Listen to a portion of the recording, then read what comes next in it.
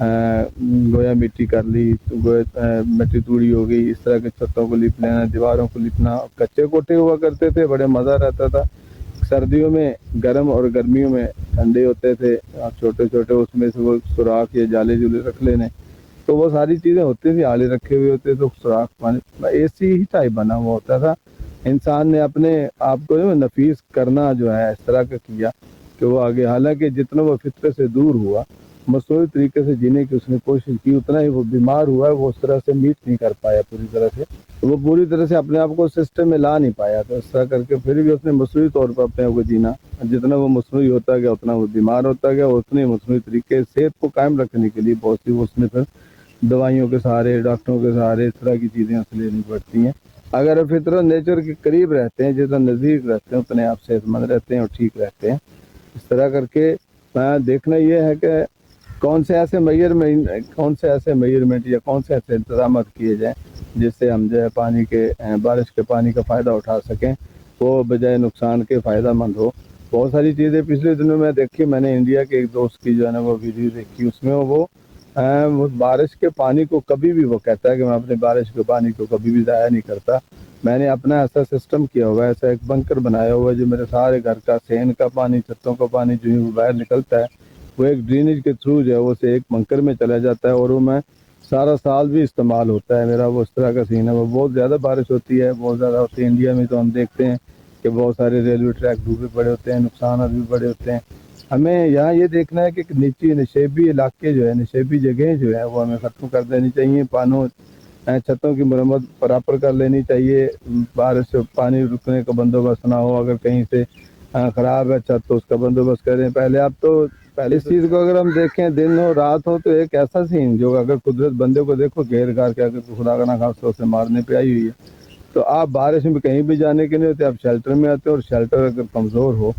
تو وہ گرتا ہے اور آپ کہیں بھاگنے کے بھی نہیں ہوتے، وہ سب کو لے جاتا ہے۔ رات کو ہم جو ہے بڑی بے فکری سے جو ہے نیند، بارش ہوتی ہے سارے اٹھ کے چارپائی اٹھا کے کمرے میں چلے جاتے ہیں، اور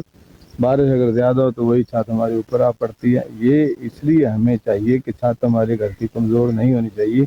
اس کا ڈرینیج سسٹم ہمیشہ جو ہے وہ مضبوط ہونا چاہیے، وہ اس کے صفائی کا مناسب بندوبست رہے، پتے ہم اس میں سے نہ رہے، پانی رکے نہیں۔ پھر اس کے بعد ہم اس کا اگر ہو سکے تو پانی کا ڈرینیج جو ہے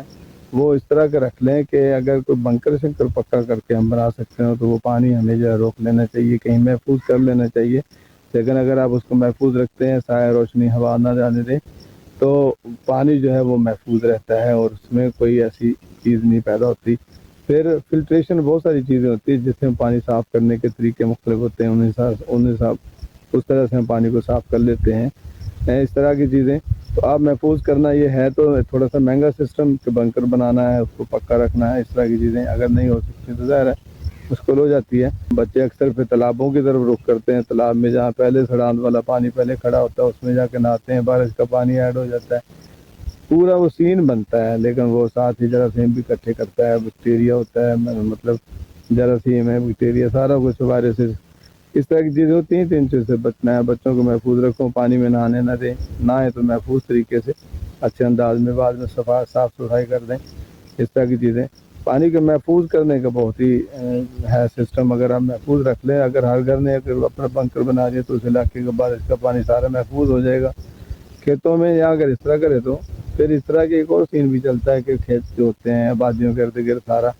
اس علاقے کا، اس آبادی کا سارا پانی کھیتوں کی طرف جانا ہوتا ہے، تو نزدیک والے کھیت جو ہوتے ہیں ان کی فصلیں جو ہیں تباہ ہونے کا خدشہ ہوتا ہے،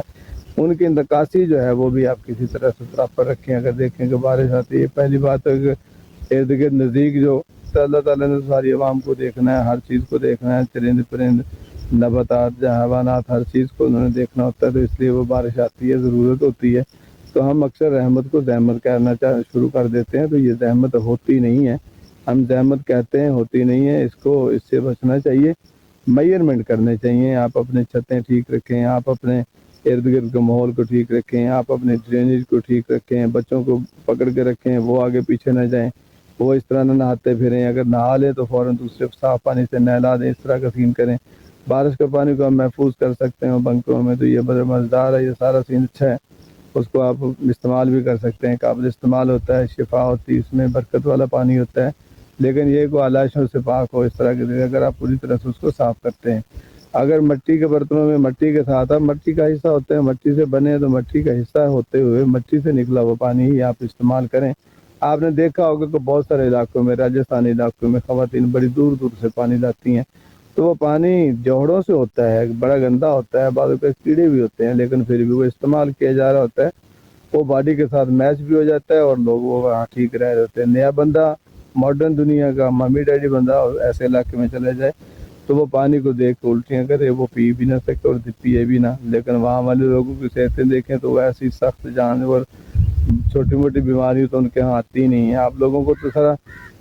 ہمیں تو جو ہے وہ کیا کہتے ہیں،